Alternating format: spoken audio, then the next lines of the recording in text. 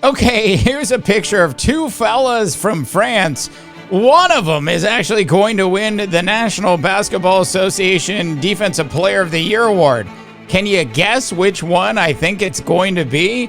All right, North America, thanks so much for tuning in to the Underrated. Today, we are going to talk specifically around Victor Wembanyama and whether or not Wemby should win this year's Defensive Player of the Year award.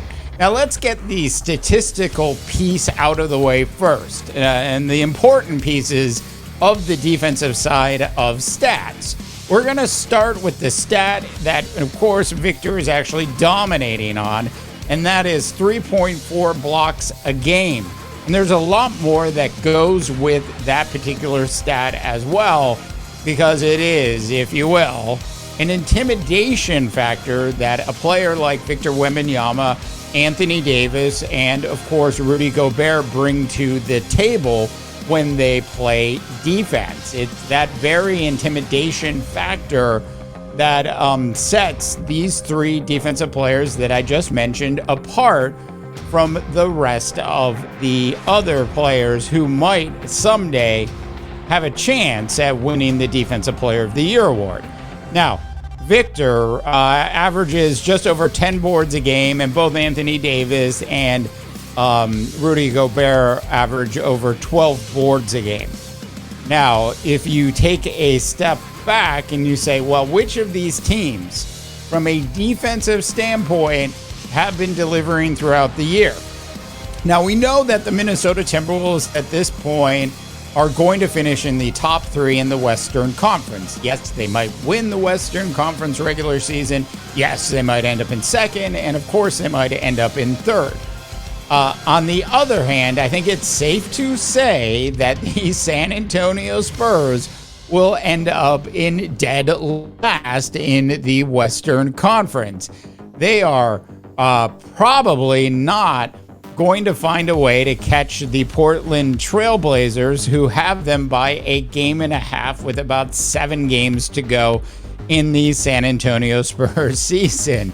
I know that just sounds absolutely horrible, but that is where we are at with the San Antonio Spurs record.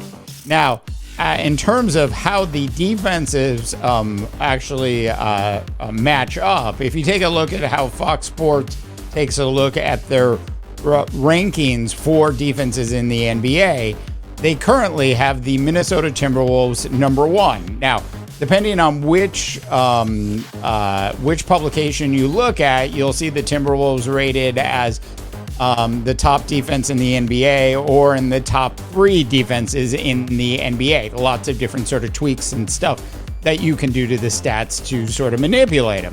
But regardless of that, they definitely have a top 3 defense in the NBA.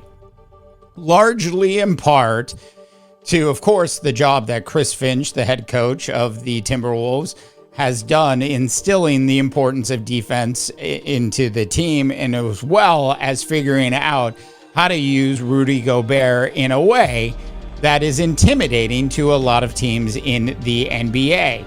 A lot of the Minnesota Timberwolves' success, if you watch any of these Timberwolves games, you will not be overwhelmed for the most part. Most nights, you will not be overwhelmed by the offensive output of the team. Yes, Anthony Edwards is spectacular and will have those 40-point outbursts.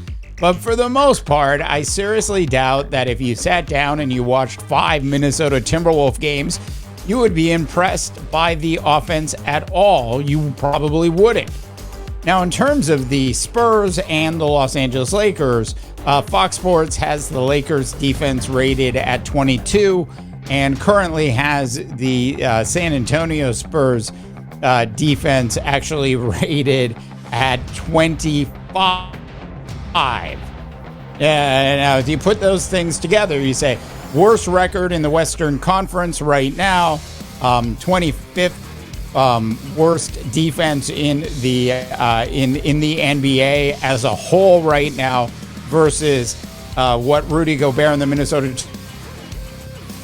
done, and you subtract the fact that Wemby is leading when it comes to the number of block shots per game, you can understand why a lot of the people that are going to vote for this particular award are actually going to vote Gobert. Gobert certainly deserves to win the award this year. I think he'll probably ultimately end up winning it.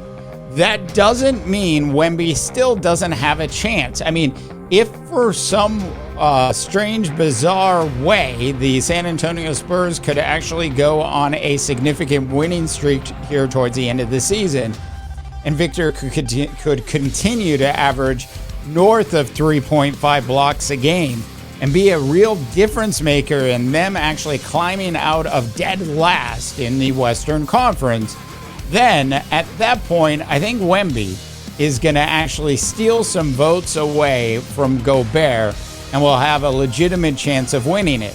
But look, if he doesn't win it this year, and assuming he stays healthy throughout most of his career, this is most likely the last year that Gobert is going to win the award. This is an award that most likely is going to be dominated by Wemby for the next 10 years.